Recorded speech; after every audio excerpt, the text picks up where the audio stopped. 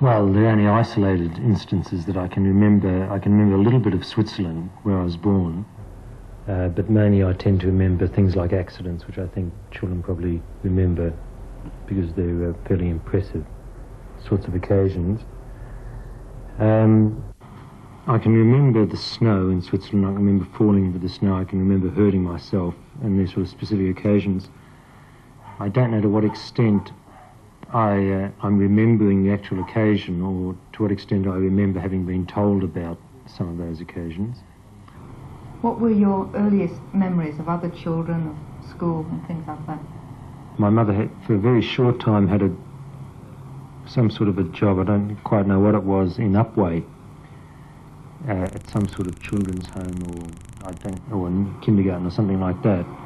So I remember the children there, and I suppose once again I sort of have a general impression of being a bit out of it, and of sort of the Australian kids being different to myself, or myself being different to them. So one remembers that sort of thing. And there was something else, and I can't quite remember the details, but there was some sort of a hassle with my mother, and for some reason my mother came in the still of night, and she and I sort of see it as escaped, but I don't know if it was really an escape. There was something of that element there. I began to mix almost exclusively with Australian kids. I hardly mixed with non-Australian children at all. The non-Australians I mixed with were adults, my mother's circle of friends and my auntie's circle of friends and acquaintances and so on. So in terms of peer group influences, it was Australian children that influenced me. Can you be more specific about the non-Australian influence? The relationship between my mother and myself is a fairly exceptional sort of one, and was very much like a love affair. It was very intense. And she was a considerable influence on me when I was young, and probably right into my teens, and in some way still is. So the sort of significant influence was the mother, and the mother happened to be non-Australian. But at the same time, there was considerable pressure from the kids that I mucked around with at home and at school, and the whole sort of set of standards that implied. And it was a lot about not being a sissy, and about being tough, and being interested in sport and good at sport, being able to fight, that sort of thing. I was probably fairly successful at that, although I wasn't brilliant at sport or anything like that. I seemed to fit in fairly easily to the sort of Australian scene.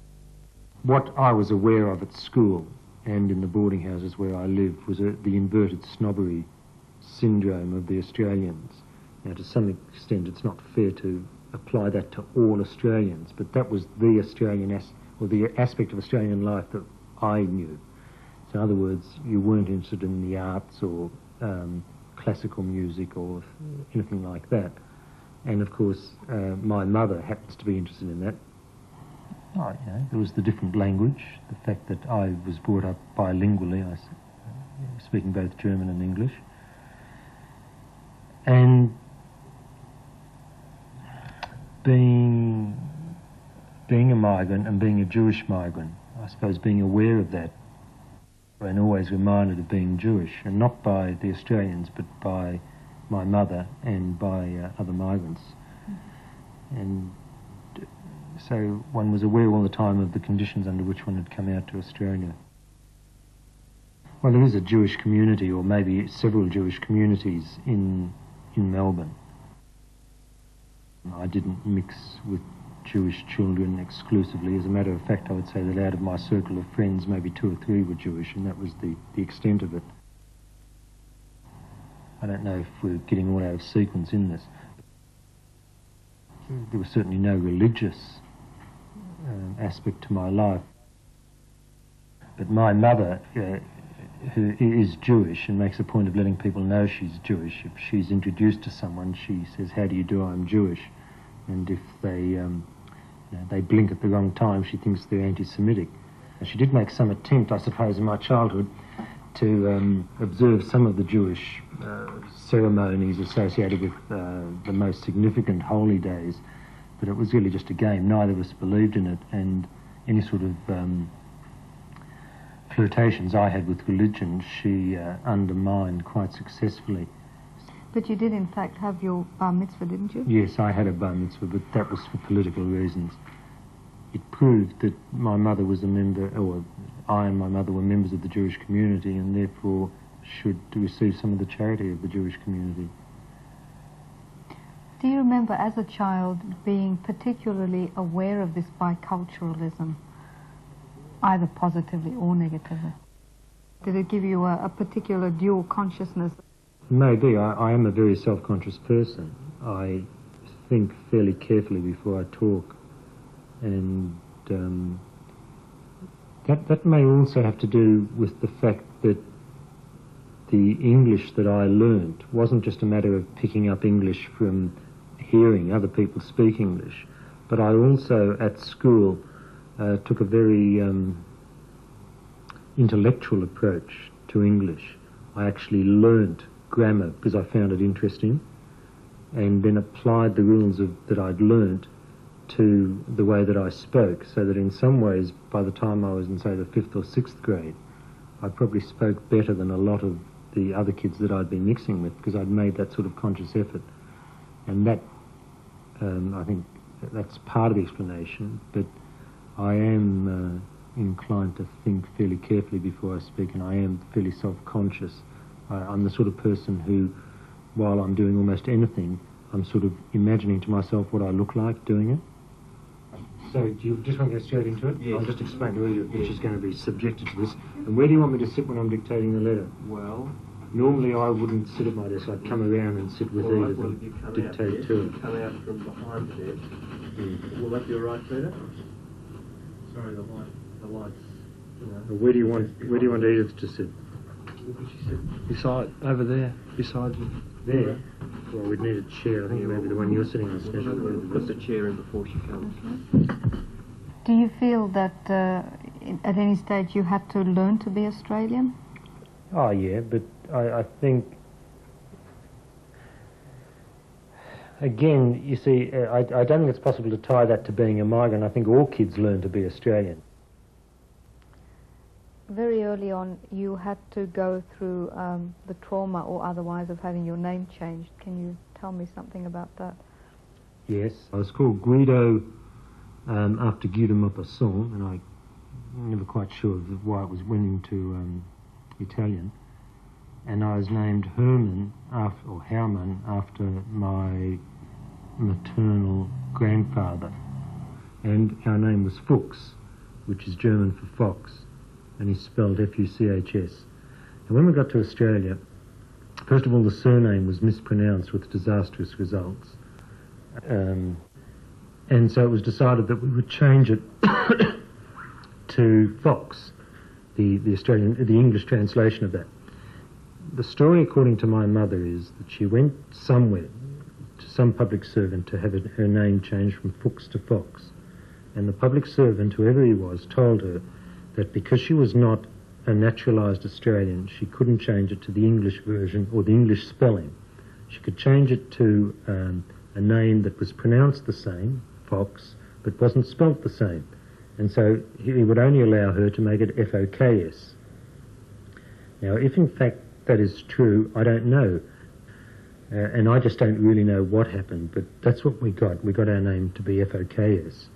And we didn't change it when we got naturalised. So it's easy to look us up in the phone book. So the question was, what should I do about my name at the same time? We could have changed it to Guy, which is the English translation of Guido, but then it would have been Guy Fox, and that would have been fairly embarrassing. So instead we changed, I was given the choice.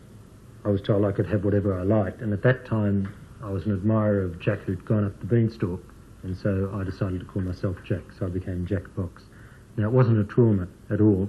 The only traumatic experience I can remember having is that I lost half a mark in a dictation exercise once because when I was talking about the quick brown fox, I spelled him F-O-K-S. Jack, to what extent do you feel that the career you followed has been the career your mother wanted you to follow? well, it's certainly not the career she wanted for me, although she's coming to grips with it now. This is to advise you that as from Monday, 13th of October, Jenny Mitchell will be acting as clerical assistant to the liaison section.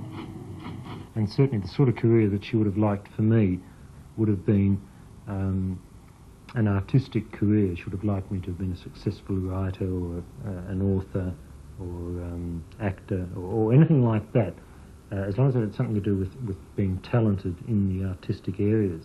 Now, in that respect, I've been a great disappointment to her in all sorts of aspects of my life, not just the career, but certainly in the career. I suppose you could say that at the moment, what am I? I'm a highly paid public servant in the educational sphere. Now, my mother keeps trying to find aspects of that which are artistic to somehow restore her faith in me. So if I produce a publicity pamphlet or something like that, she seizes on that as a creative work of genius, but really it's just a publicity pamphlet tied in with administrative work. And she interprets it very much as a reaction against her, as almost a rejection of her, the fact that I've become what I have been. Do you think it is? Oh, I don't know. You know, there may be elements of that. I don't think so. I think it's that I'm naturally lazy, and to be a successful artist takes a lot of hard work. I think my interest in sport, she just can't comprehend. That's very disappointing to her too. And maybe the sort of mindless watching of television and liking of popular music are things that she really is quite distressed or disturbed about, at least. They are just not what she wanted her son to be. Or they're not characteristics of the sort of person she wanted her son to be.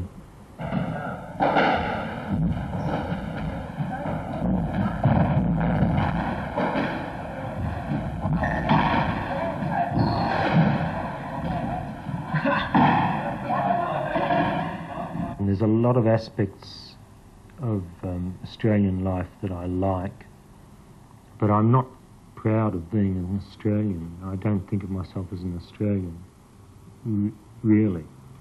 I suspect that I don't think of myself as being anything in national terms. Why not? And, well, why not? Well, I don't like nationalism, but I think it's also, again, about the brainwashing that I've had about being Jewish and never being able to depend on a continuation of acceptance. And I always allow for the fact that one day there may be some sort of pogrom here in which I go under. So I don't trust nobody. And I suppose in that sense I could never think of myself as fully Australian, although, as I say, I have accepted a lot of Australian values. Understatement is something I like. I don't know if I'm very good at it, but I like it. And I like the, the sang-froid of the Englishman. I don't like people shouting and screaming and carrying on.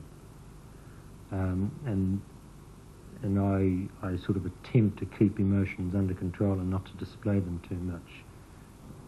I've certainly picked up the desire for material comfort, and I like that about Australia and being in Australia. I certainly don't have a Puritan work ethic or anything like that. I'd like to be able to get all the material comforts for no work. Did you ever have the desire to go back to Europe? Yes. I knew that if I didn't go, I'd be fairly dissatisfied for the rest of my life. So I went and I came back, and I don't feel any great desire to go again. When you came back to Australia after your trip to Europe, can you remember your immediate reaction?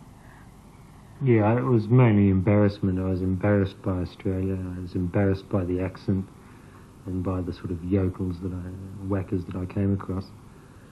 And I wanted to go right back to London at that time. But it didn't take me long to to forget about that and to settle back into the Australian way of life and to quite like it.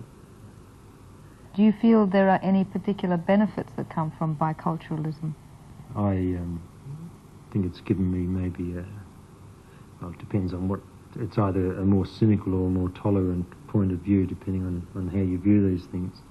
I suppose it gives me a capacity for empathy with people who might be a bit different. How do you define yourself now? Whilst I'm a naturalised Australian, I don't think of myself as an Australian. I don't know, what am I, the wandering Jew? I don't know, cosmopolitan, that's probably not really true. Maybe just aimless. Maybe just? Aimless, just not tied to anything really, and not really depending on anything. Oh, right, give us the ball. Ja! Give us the ball, give us the ball, give us the ball. Adam, liegt rein. Okay, come on. And he throws it around. And he takes the beautiful mark, and he throws it to Oma, and Oma misses it. And in comes Jack. Well, the Jewish thing is very strange because I don't fully understand what's going on. A lot of what I am now is by virtue of the fact of being Jewish, whatever that means.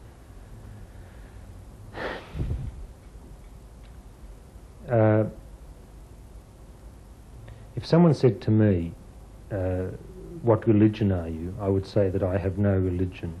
And if they asked me, what nationality are you? I'd say, well, I'm a naturalised Australian. If they asked me, are you Jewish? I'd say yes. And I don't know what I'm talking about, really. I haven't got a clue.